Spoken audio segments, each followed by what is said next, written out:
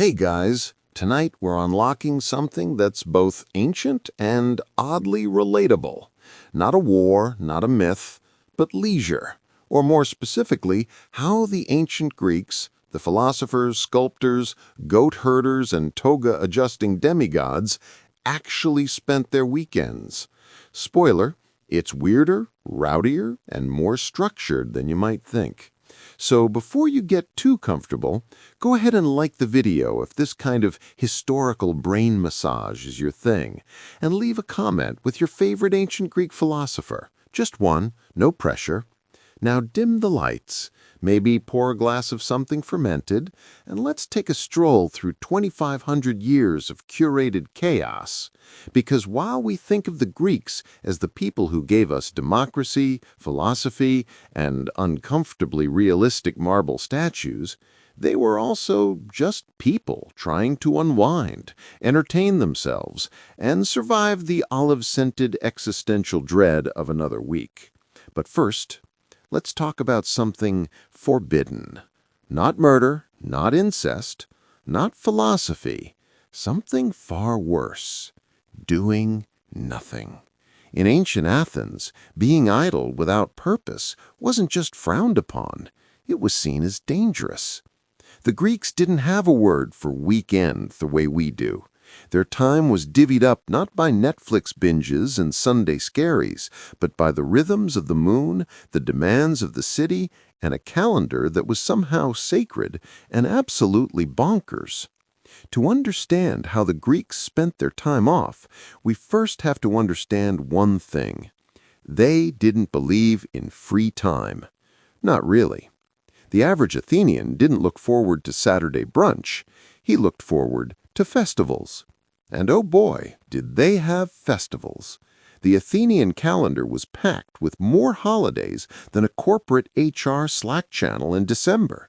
In fact, out of the 360-ish days of their lunar calendar, somewhere between 120 and 150 were feast days, festival days, or religious celebrations. Imagine living in a world where 1 out of every 3 days was a party. And not just some light finger food and awkward mingling. No, these were week-long Dionysian throwdowns with complete public drunkenness, choral performances, theatrical contests, sacrificial animals, and the occasional masked citizen screaming about truth and death in front of the city's elite. That was their idea of unwinding. So let's start with one of the more notorious weekend-adjacent activities. Going to the theater. Now, if you're picturing cozy seats, overpriced popcorn, and awkward laughter during the previews, think again. Ancient Greek theater was a civic, spiritual, and emotional purge. You didn't casually attend a play. You submitted yourself to it. Plays were usually part of religious festivals, most famously the Dionysia, dedicated to, you guessed it, Dionysus, the god of wine, madness, and absolutely losing your mind in the name of enlightenment. You know, weekend things. Theater days started early, at dawn. You'd grab a cushion, if you were lucky, and make your way to a massive stone amphitheater, packed with thousands of people who probably hadn't bathed since the last equinox. You sat there in the sun for hours, watching tragedy after tragedy after tragedy. And if you're thinking, that sounds exhausting, the Greeks agreed. But it wasn't about comfort. It was about catharsis. You were supposed to cry. You were supposed to feel gutted. The stories were grand, devastating, and usually involved some poor soul being ruined by fate, the gods, or their own hubris. Basically, Greek tragedy was prestige television if every episode ended in a funeral and moral crisis. The weekend wasn't about turning off your brain. It was about turning it all the way up and then crying into your lentils. But maybe tragedy wasn't your thing. Maybe you preferred sports. Enter the gym, which in ancient Greek literally means the naked place. Yes, it's exactly what it sounds like. Imagine a Saturday morning where your relaxation routine involves stripping down completely oiling up and wrestling another oiled-up guy named Nicandros in front of a crowd. That was considered not just acceptable, but admirable. The gymnasium wasn't just for exercise. It was a social hub, a networking event, a philosophy lecture, and occasionally a mildly inappropriate poetry recital, all rolled into one. You'd start with wrestling, move on to discus, maybe drop some witty remarks about Plato's theory of forms, and finish with a communal bath that smelled vaguely of olives and ambition. And no, they didn't have towels, just strigils, curved bronze tools used to scrape off sweat, oil, and regret. But while the elites were comparing biceps and quoting Homer, the average citizen had a different kind of weekend in mind. The agora. This wasn't your typical farmer's market. The agora was the beating heart of the city. You could buy a goat, get a haircut, hear a political rant, watch a man pretend to be a chicken, and debate the ethics of virtue all before noon. Weekends in ancient Greece weren't about isolation. They were communal, buzzing, full of life and argument. The agora was where politics, philosophy, economy, and gossip collided. It was LinkedIn, Reddit, the stock exchange, and your nosy neighbor's front porch all rolled into one. And if you didn't show up, people noticed. Not showing your face at the agora meant one of two things. You were sick, or you were plotting something. Neither was good. Even leisure was public. In a society that prized active citizenship, you were expected to participate. Listen, argue, judge a musical competition, throw a cabbage at a bad performer, maybe shout shame at a man who tried to sell you fake fish. That's what passed for entertainment. And yet, amidst the festivals, the wrestling, and the open-air debates, there was one activity that truly captured the Greek weekend spirit. One sacred ritual that combined relaxation, discussion, mild intoxication, and at least one awkward story involving sandals. The symposium. You've heard the word. Maybe you've attended one at a Marriott conference room that smelled of stale coffee and fluorescent lights. But the ancient Greek symposium was different. First, it was for men, wealthy men, the kind who wore tunics with just a little too much confidence. Women, if present at all, were entertainers, flute girls, dancers, or heterae, high-status courtesans who were educated, witty, and absolutely smarter than every man in the room. The symposium was part drinking party, part philosophical seminar, part talent show, and part social chess match. Guests reclined on couches, sipped diluted wine, yes, diluted, because full-strength wine was considered barbaric, and took turns toasting, arguing, reciting poetry, or playing games like kotabus, where you flung the dregs of your wine cup at a target. Picture beer pong, but with more poetry and fewer hoodies. Topics ranged from the meaning of love to the politics of Sparta to whether or not Socrates was secretly a teos god in human form. Some nights were intellectual, others devolved into ancient frat parties. But always, always, there was purpose, structure. Even in their chaos, the Greeks curated their weekends. Because to them, leisure wasn't about escaping responsibility. It was about exercising a different kind of excellence. Now, if you're thinking, wow, the Greeks really had their act together, you might want to sit down. Because weekends weren't just about philosophy and performance. Sometimes they were about goats. Lots of goats. Let's talk about sacrifice. Not metaphorical, literal. In many Greek festivals, especially the ones with impressive names like Thargelia or Panathenaia, the weekend's main event was a well-planned, community-approved animal sacrifice. Nothing says day off quite like leading a decorated bull to an altar while a priest chants ominously in hexameter. The ritual was called Athousia, and it wasn't considered morbid. It was considered sacred. A connection between mortals and gods. The animal, usually a sheep, pig, or ox, was cleaned, blessed, serenaded, and then dispatched with what historians generously call efficiency. The best parts were burned for the gods. The rest, grilled and distributed to the people. Yes, the ancient Greeks turned religious sacrifice into a massive public barbecue. This wasn't just about appeasing the gods, it was about community.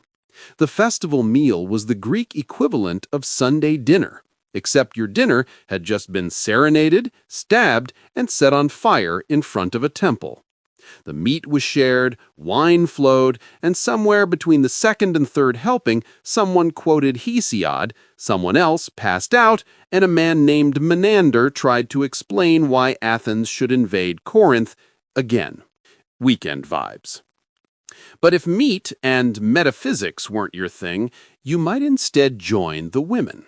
And this is where it gets interesting, because contrary to what ancient sources would have you believe, Greek women didn't just stay home weaving tunics and sighing about the patriarchy. On certain festival days, especially during the weekend-length celebrations dedicated to Demeter, Artemis, and Dionysus, women were not only allowed, but expected to leave the house, unchaperoned, loud, intentionally unladylike. These were called women's festivals, and they were, frankly, chaos in a kitten. The Thesmophoria, for example, was a multi-day, women-only festival honoring Demeter, goddess of the harvest and motherhood. No men were allowed, which naturally made men both terrified and obsessed with it. Aristophanes even wrote a play where men try to sneak in disguised as women. Spoiler, it doesn't end well. These women-only weekends involved ritual fasting, dirty jokes, mysterious symbols, and the ceremonial digging up of rotting pig carcasses from sacred pits, because nothing says fertility like fermented bacon. But it wasn't just rural cult energy. These festivals gave women time and space to bond, to pray, to curse their husbands in highly specific detail, and to remind the gods that without them, the crops don't grow and the children don't survive. Basically, don't underestimate weekend witchcraft. Now let's shift from rituals to recreation, because no Greek weekend was complete with a healthy dose of gambling, music, and questionable dancing. Let's start with dice. The Greeks loved dice. They had names for different roles. They invented board games with actual stakes. And if you think this sounds civilized, know that Plato once described dice players as those who would be philosophers if not for their love of chaos. Dice games were played in taverns, marketplaces, and the corner of any room with loose stones and enough wine. Bets ranged from small coins to cloaks to dignity. And since cheating was as common as Dionysian hangovers, fights broke out regularly. Because if there's one thing the ancient Greeks hated more than tyranny, it was losing unfairly. But gambling wasn't just for men. Women, too, especially in private homes, played knuckle bones, a game involving the ankle bones of sheep. Yes, actual bones. Players threw them like dice and scored based on how they landed. A lucky throw might win you bragging rights. A bad one might end your marriage. It was like Yahtzee, but bloodier. Meanwhile, in the more reputable corners of town, music was everywhere. Lyres, flutes, drums, choruses. Music was woven into everything, from theater to prayer to dinner parties. And if you were lucky enough to be invited to a high-status symposium, you might witness something called a scholion, a musical toast, passed around the room like a lyrical drinking game. Each guest had to improvise a poetic verse on a given theme: love, glory, the fact that your sandals keep breaking, and sing it while keeping rhythm. Get it right? You're a genius. Mess it up, and you're a drunk philosopher trying to rhyme Apollo with swallow. Music wasn't just background noise, it was a test of wit, memory, and cultural capital. You couldn't just clap, you had to perform. And if the evening really got going, someone danced. Now, Greek dancing was complicated. There were war dances, harvest dances, wine dances, and one terrifying one involving swords and near misses. But the most iconic was the chorus, a synchronized, ritualistic group dance performed at festivals, weddings, and sometimes funerals if the deceased had a sense of humor. The chorus wasn't about freestyle or seduction. It was about harmony, community, and being exactly in step, or getting aggressively side-eyed by an 80-year-old woman who remembered when these dances meant something. Of course, no discussion of Greek weekends would be complete with drunken philosophers. Imagine it's Saturday evening, you're at a friend's villa. The wine is flowing, the food is good, and suddenly someone asks, "What is the nature of justice?" And you're like, "I just wanted olives." Welcome to the world of Plato's Symposia, a genre of philosophical dialogue set in the context of a drinking party. In these conversations, characters argue, flirt, rant, cry, and occasionally vomit, while also laying the foundation for Western thought. Socrates, in particular, had a habit of attending these parties, drinking everyone under the table, and then calmly dismantling your entire worldview at 3 a.m. Some people go clubbing. The Greeks argued about immortality, while reclining on embroidered cushions surrounded by oil lamps and deeply suspicious cats. And yes, this counts as a weekend activity. But before you start romanticizing all of this, remember, not everyone was reclining and philosophizing. While elite men got intoxicated and invented metaphysics, someone had to clean up the wine. Enter the slaves. Ancient Greek society was built on a staggering level of servitude.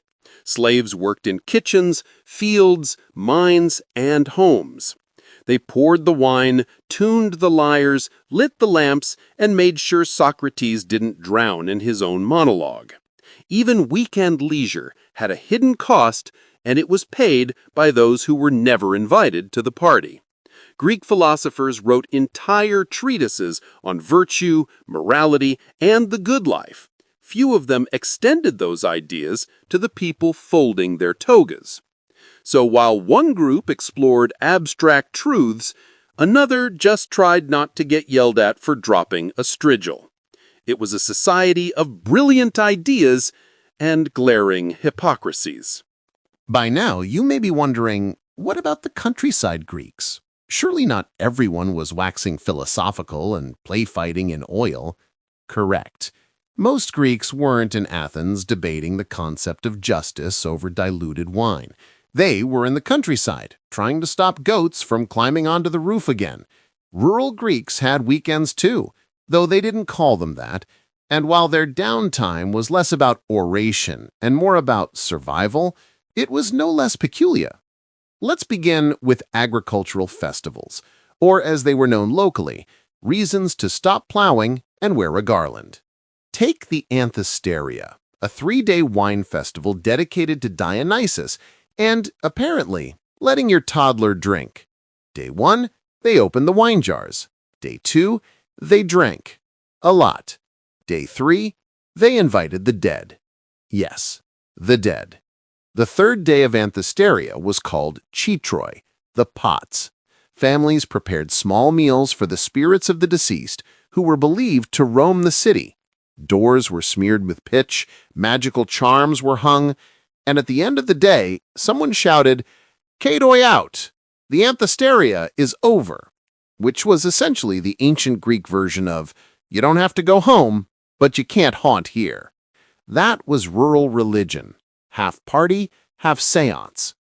Meanwhile, up in the hills, there were panegyrists, local festivals that blended worship, athletic contests, and a level of goat-based showmanship that bordered on competitive. Farmers would gather at a sacred grove or small temple, bring offerings, and spend the day eating, drinking, and watching a man named Thanos try to lift a boulder for eternal glory or a free chicken. Music played, prayers were mumbled, someone probably passed out in a bush. These gatherings weren't grand, but they were frequent, and for many rural Greeks, they were the social highlights of the year, mini weekends in a life that didn't have many pauses. But what if you wanted to spend your downtime in quiet contemplation, alone, still, possibly under a tree? Well, good news. The Greeks invented boredom and then assigned it a philosopher. Meet Bion of Borysthenes. Bion, who lived around 325 BCE, was a wandering thinker, part satirist, part cynic, part guy yelling on a rock. He rejected wealth, mocked religion, and specialized in reminding people that life was short, pointless, and probably disappointing. His version of a weekend was staring at the sea and telling passers-by they were wasting their time. He once said, "The miser may be buried in gold, but still dies like the rest of us, in a hole." This was not your average brunch companion. But Bion wasn't alone. The Cynics, a school of thought founded by Antisthenes and later made famous by Diogenes, believed that freedom came from rejecting social conventions. No money, no status, no shoes, just reason, nature, and the occasional public insult. Diogenes, the most famous cynic, lived in a barrel, barked at people, and once told Alexander the Great to stand out of his sunlight. He also masturbated in public and claimed he wished it were as easy to satisfy hunger. Weekends, for the cynics, were meaningless. Every day was supposed to be the same, simple, unencumbered, and unapologetically shameless. So, if you've ever spent your Sunday in bed questioning society while eating cheese straight from the block, congratulations, you're philosophically consistent. But let's say you weren't a philosopher. Let's say you were an Athenian citizen with a minor grudge and too much time. There was still weekend entertainment for you. Court drama. Athenian democracy didn't just allow citizens to participate in trials, it demanded it. The courts were open daily, including on many festival eves and weekends, and they weren't quiet affairs. These weren't quiet men in robes consulting scrolls. These were massive public events, sometimes with juries of up to 500 people, all of them regular citizens paid a small fee to show up and judge. Trials were theatrical. Accusers wrote their own speeches. Defendants cried, shouted, wheeled in their children for sympathy, and appealed directly to the jury's sense of outrage. And the best part? You didn't need to be a lawyer to sue someone. You just needed to be angry and vaguely literate. Let's say your neighbor's fig tree was hanging over your wall. You could take them to court. If you lost, you paid a fine. If you won, you still paid a fee, but with moral superiority. And the jury? They weren't sequestered.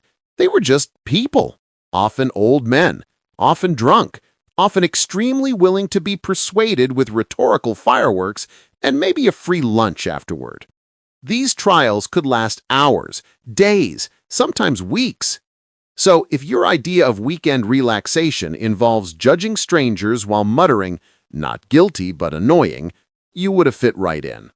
But the Greek weekend wasn't just about celebration, leisure, or passive-aggressive litigation. Sometimes it was about punishment, public punishment. Let's say you were caught breaking a law, stealing figs, insulting a magistrate, or impersonating a herald. Yes, that was a real crime. You might be sentenced not to jail, but to public shaming. You could be forced to stand in the agora with a sign around your neck. You could be fined, flogged, or even exiled. One of the more creative punishments was apotympanismos, being fastened to a wooden board like a living billboard of shame. You know, weekend stuff. For graver offenses, there was ostracism, the anti-democracy practice of kicking someone out of Athens for 10 years. Citizens voted once a year on whether the city should exile someone. If the vote passed, people inscribed names on pottery shards called ostra. Whoever got the most votes was told, "Pack your things, you've got 10 days." It wasn't necessarily a punishment for a crime. It was more like, "You're doing too much. Take a break for a decade." Imagine if we did that today, voted once a year to tell someone, "You're exhausting. please go find yourself in Euboea. Weekends weren't just for leisure, they were for balance, and sometimes balance meant shooing away the loudest person in the room. But weekends weren't all grand spectacles or civic chaos. Sometimes they were quiet, private, especially for the elderly. Greek society revered age, up to a point. Old men were expected to remain active in civic life, but as physical strength faded, so did political relevance. For many elders, the weekend became a kind of ritual of memory. They visited graves, recounted myths, complained about the youth, played dice with shaky hands, and whispered to their grandchildren about wars fought and gods seen in dreams.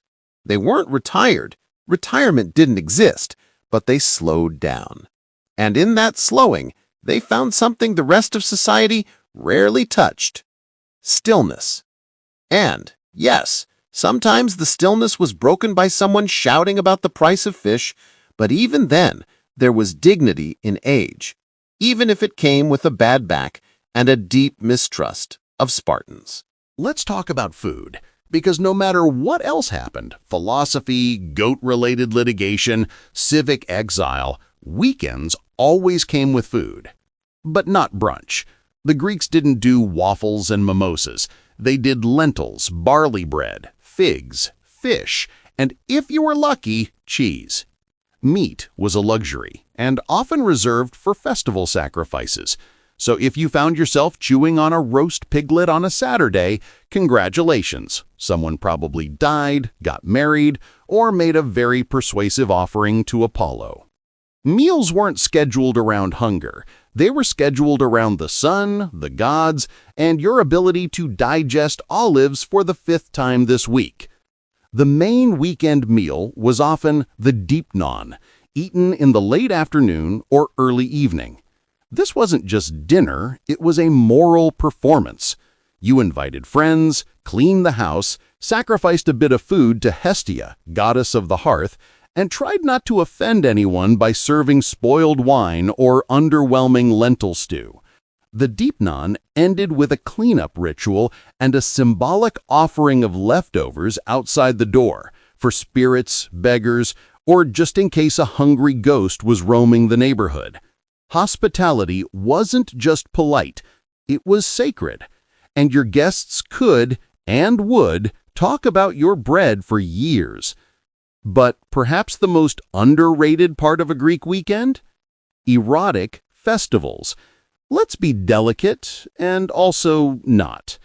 The Greeks had an entire category of sacred events known as Aphrodisia, dedicated to Aphrodite and Eros. These festivals weren't just about fertility, they were about celebrating love, desire, and the divine power of bodily chaos.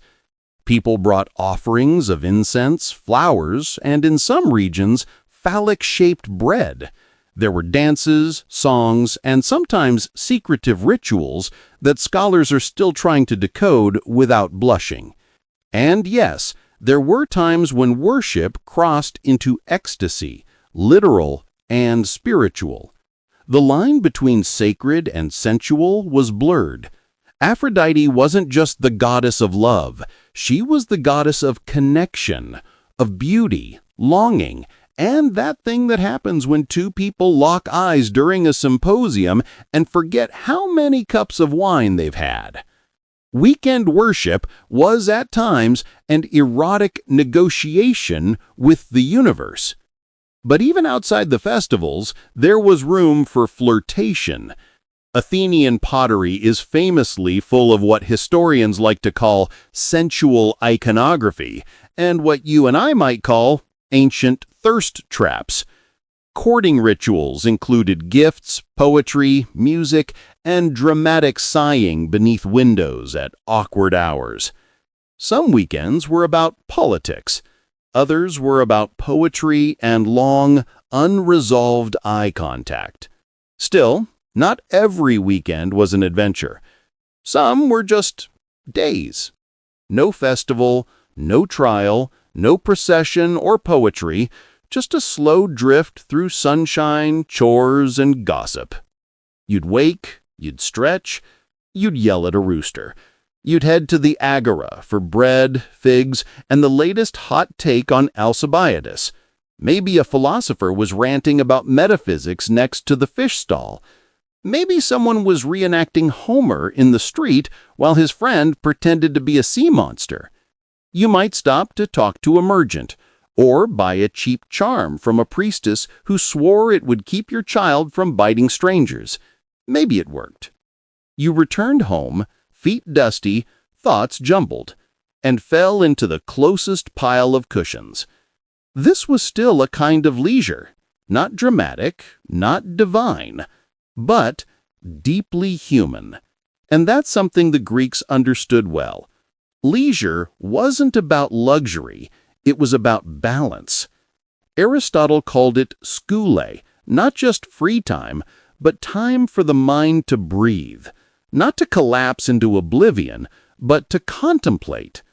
To be human, to him, was to seek meaning, even on your day off.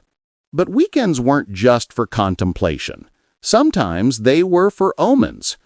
The Greeks were deeply, unapologetically superstitious, and weekends, especially festival days, were prime time for divination. You could visit an oracle, consult a dream interpreter, or simply crack open a pomegranate and see if the seeds looked ominously symmetrical. The most famous method was katoptromancy, mirror divination. You'd lower a polished mirror into a well, stare at the reflection, and wait to see your fate ripple across the water. If your image shimmered peacefully, good fortune. If it cracked or vanished, maybe don't go to the festival tomorrow. Another favorite was augury, the interpretation of bird flight. If birds flew from the left, it was bad. If they circled, good. If they pooped on your head, unclear, but probably not ideal. Some people read smoke, others stared into flames. A few hired professional mantis or seers who charged 1 obol and a leftover fig to tell you that you'd either have a great week or be devoured by metaphor. Weekend horoscopes, ancient edition. And if divination failed, there was always ritual purification. Yes, we're talking ancient Greek spiritual hygiene, because nothing says weekend reset than scrubbing away your sins with salt water and laurel leaves. Purification wasn't just a religious act, it was a social signal. You didn't enter a temple unwashed. You didn't attend a funeral with spiritual grime. You certainly didn't join a symposium with bad omens clinging to your aura. So, you bathed, you prayed, you might even swing a dead chicken around your head if someone told you it helped. The Greeks took metaphysical dirt seriously. You could be miasma, ritually polluted without even knowing it.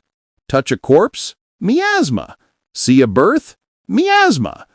Look at someone who sneezed during a solar eclipse while Mercury was retrograde. Extra miasma. And yet, even this had a certain charm, because Greek weekends weren't clean, polished escapes.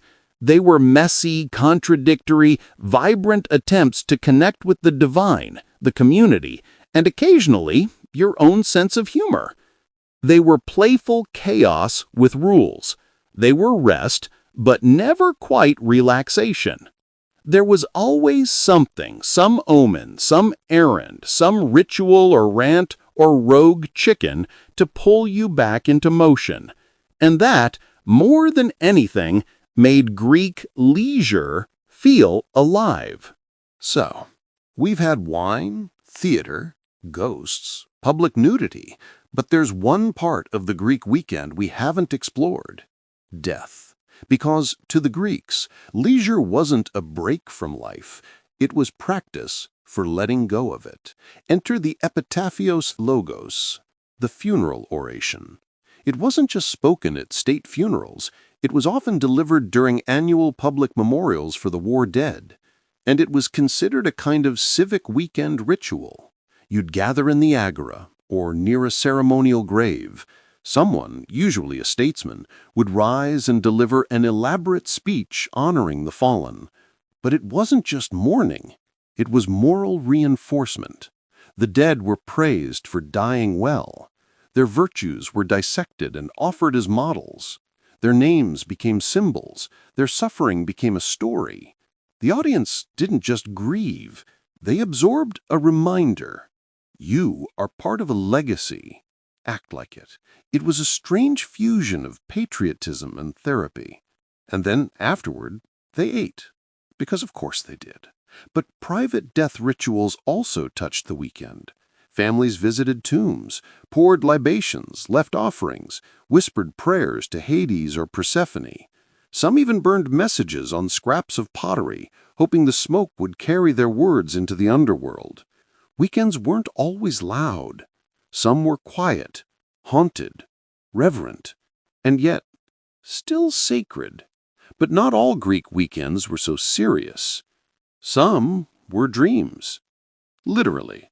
The Greeks were obsessed with dreams. They believed dreams could be divine messages, subconscious prophecies, or bad reactions to goat stew. If you had a vivid dream on a festival night, especially during Asclepia, the healing festivals, you might report it to a temple priest or sleep in the temple itself in a ritual known as incubation. People would travel long distances to spend the night on sacred ground, hoping for a healing dream. Some claimed to wake cured. Others woke confused. A few probably just woke sore from sleeping on marble. But the point wasn't clarity. It was encounter. You were touching something beyond logic. Maybe a god. Maybe yourself. Maybe both. Even sleep had structure. Even dreams were curated. Because at the core of Greek weekend culture was one idea. Leisure wasn't laziness. It was discipline. This wasn't modern self-care. This was self-crafting. Time off was a space to re-educate the soul. And no one knew this better than Epicurus. Now, you've heard his name, probably misheard it actually. We associate Epicurean with fancy food and indulgence. But Epicurus preached something subtler. Pleasure as absence of pain. Peace as freedom from disturbance. To him, the good life was a weekend that never ended. Not because it was wild, but because it was tranquil, unbothered, unhaunted, unafraid. Epicurus and his followers gathered in a garden. They talked, ate modestly, read, laughed. They sought ataraxia, a state of serene calm where neither gods nor politics could intrude. Their version of the weekend wasn't Dionysian frenzy. It was gentle resistance to noise. And if that sounds familiar, it's because we're still chasing it. Every time you silence your phone, every time you sip tea and think nothing at all, every time you pause, breathe, and let the world uncoil, you're touching a thread of Greek leisure. They didn't invent weekends, but they embedded meaning in every moment that resembled one. Festivals, meals, dreams, laughter, ritual, wine. Each was a miniature world, a glimpse into the sacred shape of rest. So the next time you lie on your couch, half listening to rain, halfway through a book you're not really reading, think of the Greeks. Think of a man in sandals staring at the sea, a woman whispering to Demeter under moonlight, a boy laughing too hard in a goat dance, a girl learning to play the lyre under olive trees. That, too, was their weekend, and maybe ours.